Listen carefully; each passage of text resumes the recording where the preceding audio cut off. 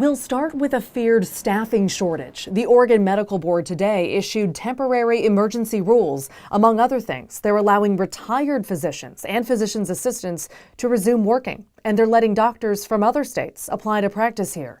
Once those doctors are on the job, experts warn they'll be met with a shortage of life-saving equipment.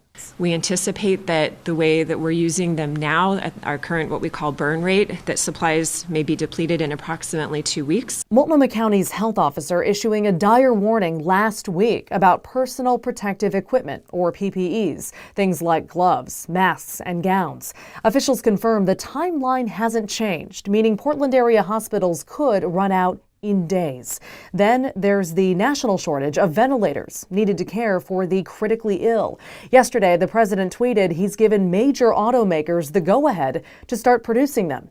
But critics argue the president shouldn't be giving go-aheads. He should be giving orders. But the federal government needs to say to all the companies in the United States that produce these goods that they're going to buy them all together and distribute them across the states. This debate tied to a move President Trump made last week, signing the Defense Production Act, which would order private American companies to ramp up production of these needed items.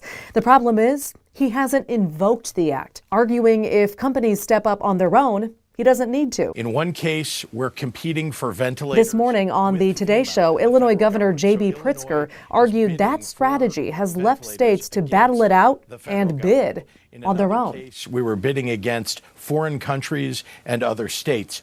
And so what's happening to not just on ventilators, but on all the PPE that we need, prices are being ratcheted up. Maggie Vespa, KGW News.